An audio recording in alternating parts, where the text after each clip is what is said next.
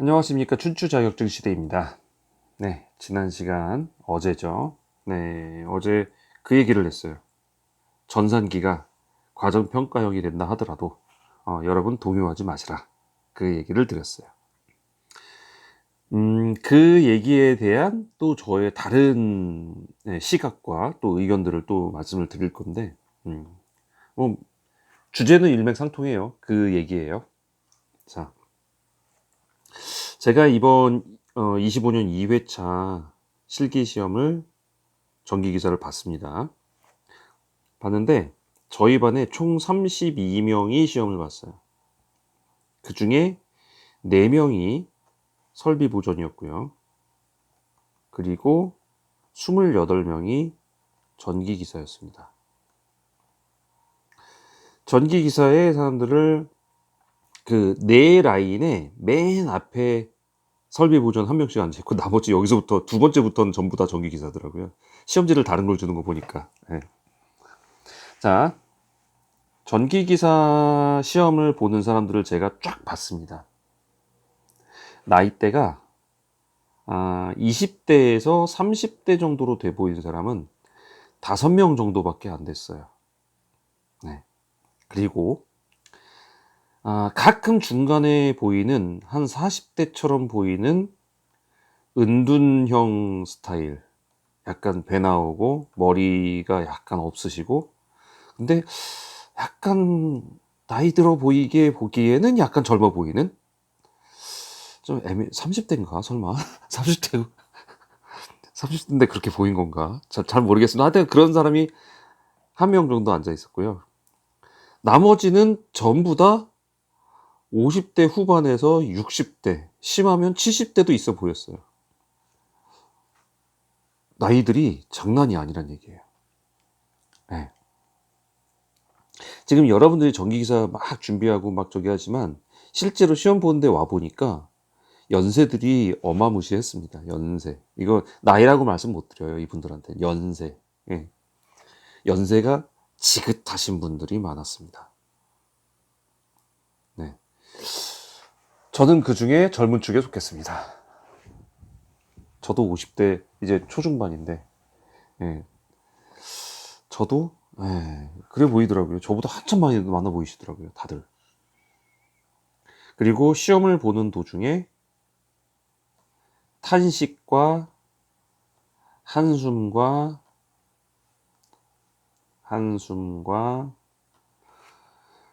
18이라고 하는 말도 들렸습니다. 웃겼습니다. 아주. 예. 그랬습니다. 이번 시험에. 자, 지금 제가 본 한 클래스의 샘플이 저희만 그랬을까요? 이 통계학적으로 제가 있는 곳만 이렇게 연세가 많았을까요? 아마 지금 이번에 시험 보시고 오신 분들 한번 다른 지역에서 자기 시험 본 데 어땠는지 한번 얘기 좀 해봐 보세요. 연세 많은 사람들이 많았는지 아니면 젊은 사람들이 많았는지 한번 생각해 보세요. 보니까 저는 한 4분의 3 정도가 완전히 그 지긋하신 분들이었어요. 자, 그러면 이분들이 뭘 위해서 전기기사 공부할까요? 이분들 전기기사 공부한 이유. 네, 맞아요. 재취업을 위해서 공부하는 겁니다. 이분들은 사실 다 퇴직하셨어요. 곧 퇴직하시거나. 제가 볼 땐 대부분 다 퇴직하신 것 같아요. 이분들. 이 연세분들. 딱 얼굴 봐도. 그럼 이분들이 지금 이 전기기사를 보는 이유는 사실 재취업을 하려고 보는 겁니다. 근데 여러분들 아시겠지만 퇴직하고 200만 원 정도 받으면서 소일거리 할 수 있으면 요새 어르신들 다 아세요. 네. 200만 원이면 꿀이지 그러고 하세요. 보통 150에서 180 정도가 가장 많이 있는 그 범위라고 하더라고요. 그러니까 재취업에 한 200 정도 받는다? 그러면 얼른 가서 하겠다라. 이게 바로 어르신들 지금 생각인데 전기기사 잘해가지고 하면 보통 한 300은 넘게 받으니까. 예, 그리고 시설 쪽으로 가면요 사실 300 더 넘게 받죠. 한 거의 420까지도 받죠. 세전 420이니까 좀 빠진다고 해도 350은 이상은 받죠. 실수령액이. 자, 그러면 퇴직하고 이 정도 받을 수 있는 데가 어디 있어요? 날짜, 그 나이도 그렇고 몇 년 더 하더라도 예, 자기가 이렇게 하는 거죠. 그래서 자기 발전하고 이렇게 하는 건데, 지금 아시겠지만 베이비 부머 세대들이 1차 베이비 부머 세대들이 지금 이미 다 퇴직했어요. 2차 베이비 부머 세대가 지금 퇴직 기로에 놓여 있어요. 이 두 세대가 빠져버리면 이제 산업 전반에서 인력이 확 모자랄 겁니다. 네. 이 두 세대가 굉장히 대한민국의 근간 허리띠였거든요. 저는 여기 속합니다. 2차에 속합니다. 네. 그 선지원 후 시험 딱 한 대학밖에 시험 못 보는 그 시기에 108대 1이라는 어마무시한 경쟁률이 나왔던 그런 세대들이란 말이에요.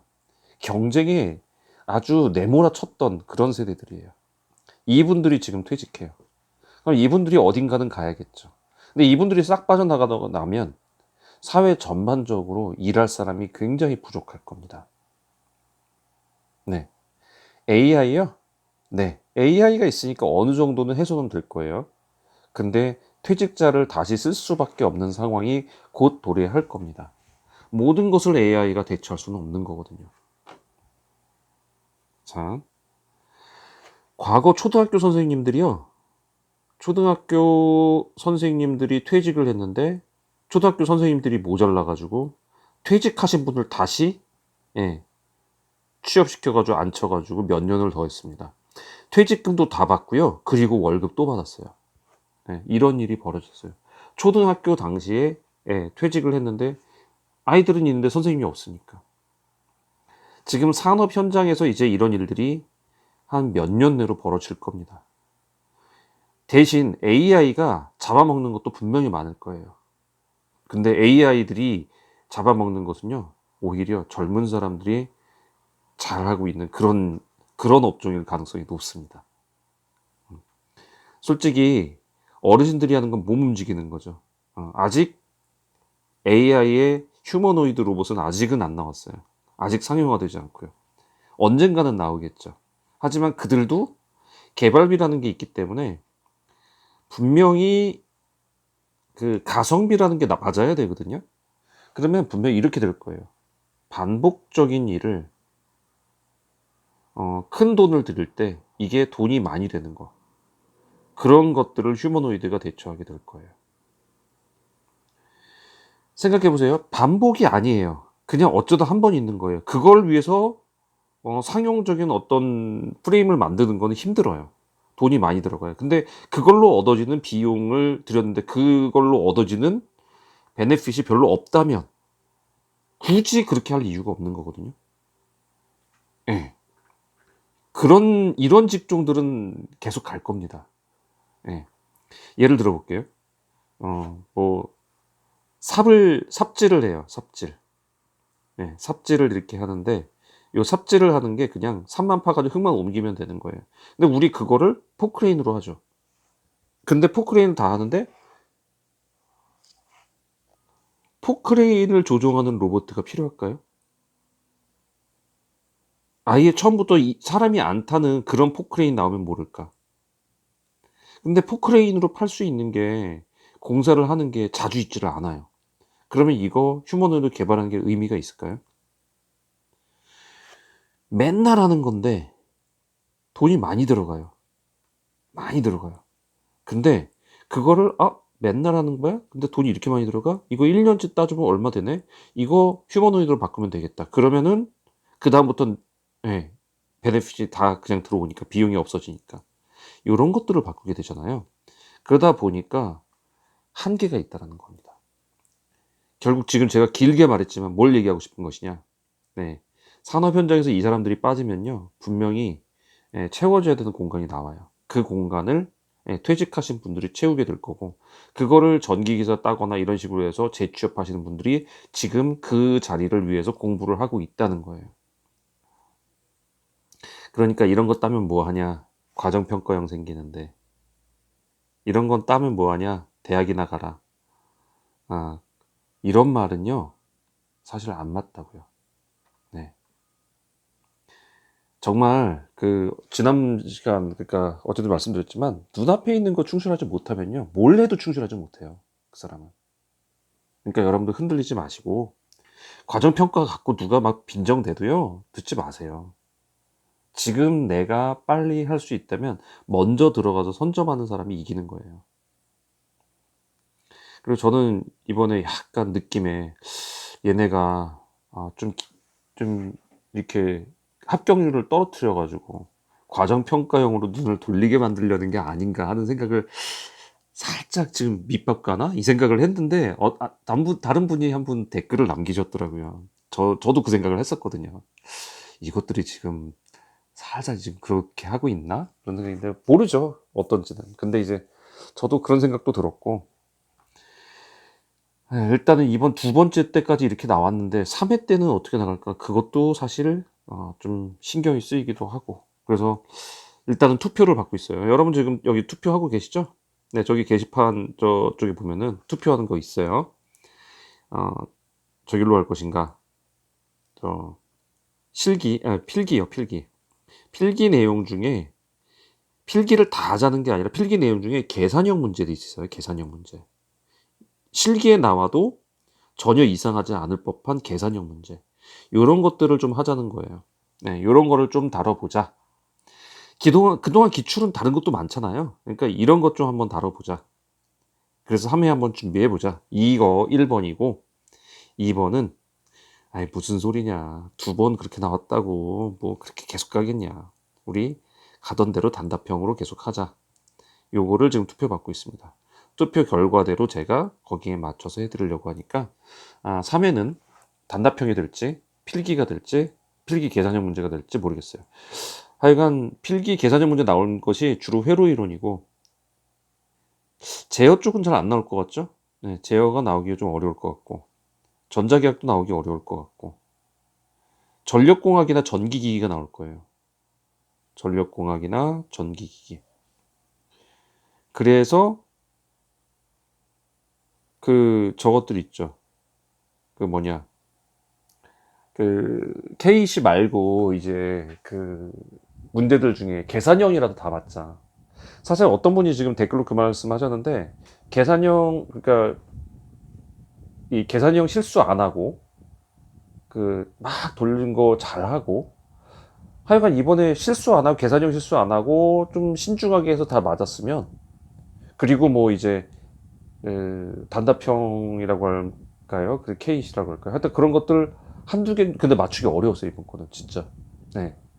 생소하고 찍는 수밖에 없었어. 찍는 수밖에. 근데 그거를 맞는다고 하면은 70점이라고 그분 주장하는데 저는 70점까지는 모르겠고 65점은 될 것 같아요. 그러면 진짜 실수 안 하고 계산만 잘해도 사실 이번에 합격 점수가 될 수 있는 거였거든요. 근데 이제 문제는 그거죠. 어떻게 실수 안 하고 다 해? 그러니까 그거를 확실하게 해야 된다는 이 얘기인 거죠. 네. 그래서 하여간 네. 65점, 70점 될 수도 있겠다. 잘하면. 네. 어쨌든 여러분들이 지금 이번 3회 때 어떤 식으로 할 건지, 이걸 할 건지, 이걸 할 건지. 근데 저는 단답형에서 약간 회의감이 들었어요. 제가 공부하면서 제가 여러분들께 알려드리고 했는데, 뭐 나온 게 없죠? 네, 단답형에서 이제 안 나오려는 것 같아요, 느낌상. 이걸 하는 게 맞나? 하는 생각이 좀 들었어요. 자, 어쨌든 여러분들 투표 잘 해주시고, 그 투표대로 저는 다음 방향, 3회 방향을 준비해 보도록 하겠습니다. 자, 함께 하신 여러분들 감사하고요. 도움되셨으면 구독과 좋아요 부탁드리고 그리고 제발 과정평가형의 비아냥에 흔들리지 마십시오. 그리고 과정평가형으로 이렇게 비아냥거리는 얘기 이제 댓글 쓰시면 제가 그냥 지우겠습니다. 그런 거는 열심히 하려는 사람한테 진짜 찬물 끼얹는 것밖에 안 돼요. 그러지 마세요.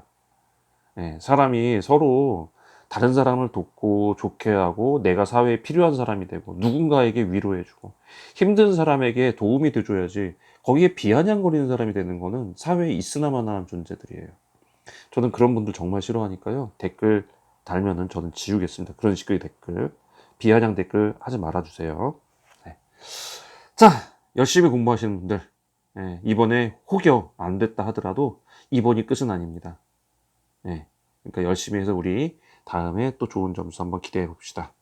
자, 함께 하신 여러분들 감사하고요. 다음 시간에 뵙겠습니다. 감사합니다.